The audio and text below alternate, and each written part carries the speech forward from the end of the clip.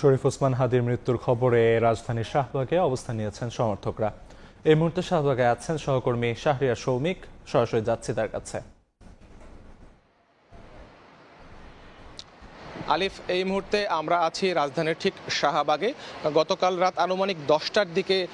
ইনকিলাব মঞ্চের যে মুখপাত্র ওসমান হাদি তার মৃত্যুর সংবাদের পর থেকেই আমরা শাহবাগে অবস্থান করছি এবং এখানে কিন্তু বিক্ষুব্ধ জনতা গতকাল রাত থেকেই অবস্থান কর্মসূচি পালন করছেন এবং তাদের প্রতিবাদ সমাবেশ পালন করছেন এবং তারা কিন্তু স্লোগানে সারা রাত কিন্তু এখানে মুখরিত করে রেখেছিল এই শাহবাগ চত্বর এবং তারা কিন্তু পুরো এই শাহবাগ চত্বর কিন্তু ব্লকেড কর্মসূচি পালন করছে। সেই গতকাল রাত 10টা থেকেই কিন্তু তারা এখানে অবস্থান করছেন এবং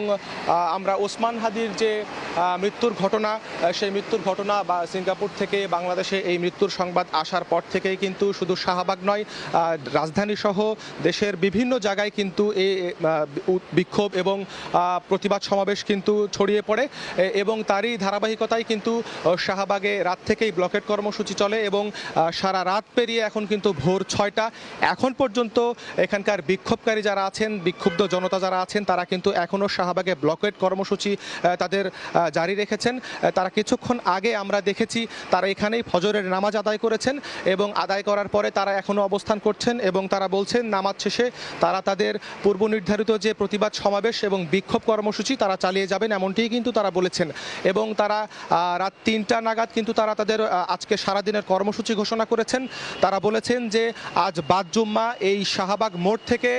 যে ভারতের আগ্রাসন বিরোধী যে মিছিল এবং বিক্ষোভ সমাবেশ তারা সেটি পালন করবেন এবং তারা আহ্বান জানিয়েছেন সারা দেশের সমস্ত মসজিদ এবং বিভিন্ন ধর্মীয় যে উপাসনালয় সেখান থেকে দোয়া এবং দোয়ার পরবর্তী সময়ে তারা আপামর জনসাধারণকে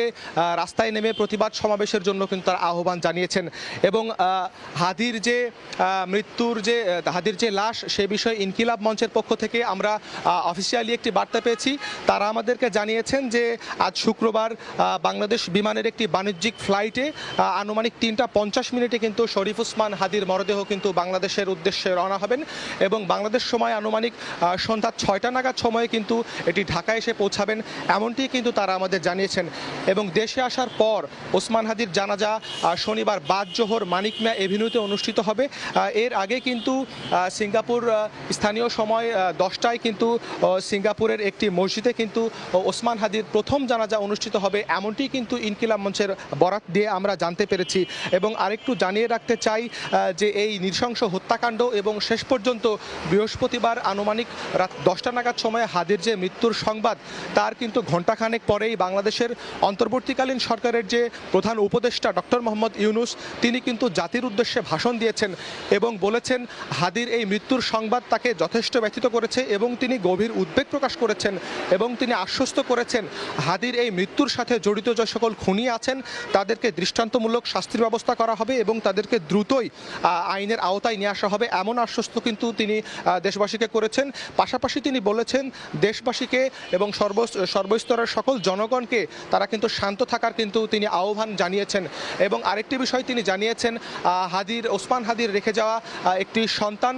এবং তার যে পরিবার তার পরিবারের সকল দায়িত্ব কিন্তু অন্তর্বর্তীকালীন সরকার নেবে, এমনটি কিন্তু তিনি জাতির উদ্দেশ্যে এই ভাষণে জানিয়েছেন এবং আরেকটি বিষয় জানিয়ে রাখতে চাই যে আগামী শনিবার কিন্তু হাদির এই মৃত্যু উপলক্ষে রাষ্ট্রীয় শোক ঘোষণা করেছেন অন্তর্বর্তীকালীন সরকারের প্রধান উপদেষ্টা। পাশাপাশি তিনি জানিয়েছেন বাংলাদেশের সরকারি, বেসরকারি, স্বায়ত্তশাসিত এবং আধা সরকারি সকল প্রতিষ্ঠান এবং বাংলাদেশের বাইরে যে হাইকমিশনগুলো আছে তার সকল প্রতিষ্ঠানেই কিন্তু জাতীয় পতাকা শনিবার কিন্তু জাতীয় পতাকা অর্ধনমিত করা হবে, এমনটি কিন্তু তিনি জানিয়েছেন। আমরা আপনাদের জানিয়ে রাখতে চাই যে গতকাল রাতে ওসমান হাদির যে মৃত্যুর সংবাদ আসে তারপর থেকেই কিন্তু রাজধানী সহ দেশের বিভিন্ন জায়গায় কিন্তু বিক্ষোভ সমাবেশ অনুষ্ঠিত হয় এবং আপামর জনসাধারণ কিন্তু রাস্তায় নেমে আসে। আমরা লক্ষ্য করে দেখেছি যে রাজধানীর কাউরান বাজারের প্রথম আলো ডেইলি স্টার যে পত্রিকার যে অফিস সেখানে হামলা এবং ভাঙচুরের ঘটনা ঘটেছে। ধানমন্ডি 32-এর যে শেখ মুজিবুর রহমানের যে বাড়ি, পরিত্যক্ত বাড়ি যেটি আগেই ভাঙা হয়েছিল, সেটিতে আবার ভাঙচুর করা হয়েছে এবং পাশাপাশি ছায়ানটে ভাঙচুর করা হয়েছে এবং দেশের বিভিন্ন জায়গায় কিন্তু আইনশৃঙ্খলা রক্ষাকারী বাহিনীর সাথে বিক্ষুব্ধ জনতার কিন্তু বেশ কিছু জায়গায় মুখোমুখি সংঘর্ষের ঘটনার তথ্যও কিন্তু আমাদের কাছে এসেছে। আমরা কিন্তু এমনটি কিন্তু দেখেছি এবং পাশাপাশি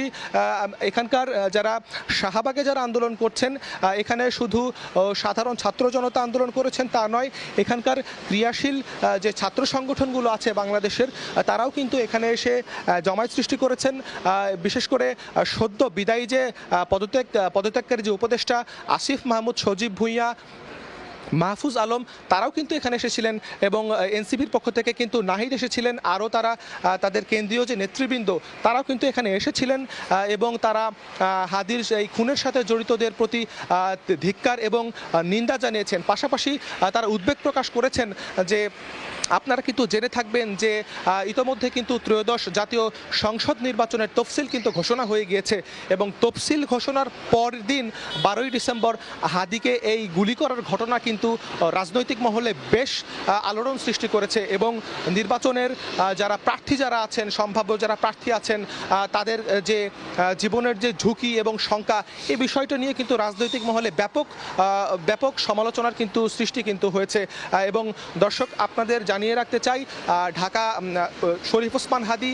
ইনকিলাব মঞ্চের মতো একটি সাংস্কৃতিক প্ল্যাটফর্মের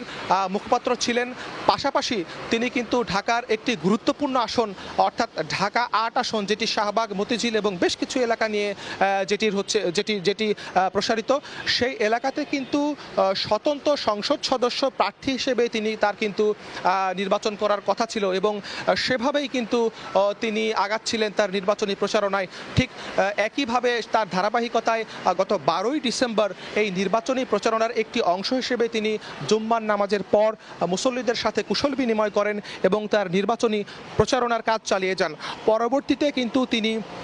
একটি ব্যাটারি চালিত অটোরিকশা যোগে রাজধানীর বিজয়নগর যে বক্স কালভার্ট রোড, সেই রোড ধরে কিন্তু সেই বক্স কালভার্ট রোড দিয়ে তিনি আগাচ্ছিলেন এবং এক পর্যায়ে তাকে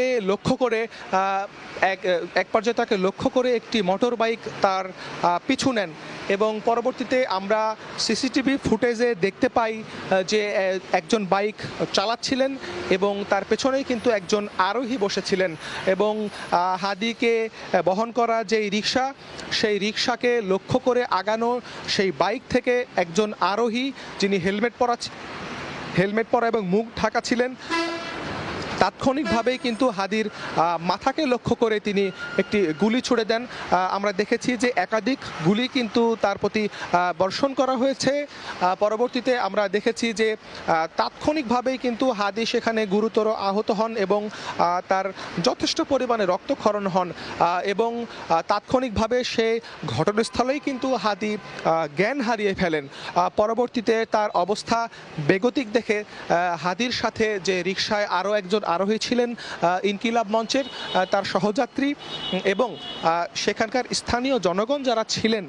তারা কিন্তু তাৎক্ষণিকভাবে হাদিকে পার্শ্ববর্তী যে ঢাকা মেডিকেল কলেজ হাসপাতাল, সেখানে কিন্তু হাদিকে নেয়ার ব্যবস্থা করেন। পরবর্তীতে সেখানে হাদিকে সর্বোচ্চ চিকিৎসা দেওয়া হয় এবং ঢাকা মেডিকেল কলেজ হাসপাতালের যে বিভিন্ন বিভাগের যে অভিজ্ঞ যারা চিকিৎসক যারা ছিলেন, তারা তাৎক্ষণিকভাবে একটি বোর্ড গঠন করেন এবং হাদিকে সর্বাত্মক চিকিৎসা সেবা দেন এবং পরবর্তীতে তারা সিদ্ধান্তে আসেন যে তার তাৎক্ষণিকভাবে একটি মস্তিষ্কে অস্ত্রোপচারের সিদ্ধান্ত কিন্তু তখন নেওয়া হয় এবং একই ধারাবাহিকতায় কিন্তু তার মস্তিষ্কে একটি অস্ত্রোপচার করা হয় ঢাকা মেডিকেল কলেজ হাসপাতালে এবং অস্ত্রোপচারের পর ডাক্তাররা গণমাধ্যমের সাথে সেদিনই কথা বলেন এবং জানান যে হাদি তখন পর্যন্ত বেঁচে ছিলেন, তবে তার অবস্থা ছিল বেশ সংকটপূর্ণ। কারণ আমরা সাধারণ মানুষ যারা আমরা সাধারণ মানুষ যারা আমাদের জ্ঞানের মাত্রা সেটি 15 থাকলেও সেই দিন কিন্তু হাদির জ্ঞানের মাত্রা কিন্তু ছিল শুধুমাত্র 3 এবং এটি অনেক উদ্বেগের বিষয় ছিল এবং তারপর থেকে সেদিনই ঢাকা মেডিকেল থেকে হাদিকে উন্নত চিকিৎসার জন্য এভারকেয়ার হাসপাতালে নেওয়া হয় এবং আরও উন্নত চিকিৎসার জন্য গত সোমবার অর্থাৎ 15 ডিসেম্বর হাদিকে এয়ার অ্যাম্বুলেন্স যোগে সিঙ্গাপুর জেনারেল হাসপাতালে নেওয়া হয় এবং সেখানে থাকা অবস্থায় চিকিৎসাধীন অবস্থায় গতকাল রাত আনুমানিক 10টা নাগাদ সময়ে কিন্তু সিঙ্গাপুর থেকে এই ইনকিলাব মঞ্চের যে মুখপাত্র ওসমান হাদি তার মৃত্যুর সংবাদ আসে। তারপর থেকেই কিন্তু শাহবাগ সহ সারা দেশেই কিন্তু বিক্ষুব্ধ জনতা তাদের আন্দোলন চালিয়ে যান। তো আলিফ, এখন পর্যন্ত শাহবাগ থেকে ওসমান হাদির মৃত্যুর ঘটনার বিক্ষোভ সমাবেশের এই ছিল আমার হাতে সর্বশেষ। শাহবাগ থেকে সবশেষ জানাচ্ছিলেন সহকর্মী শাহরিয়ার সৌমিক।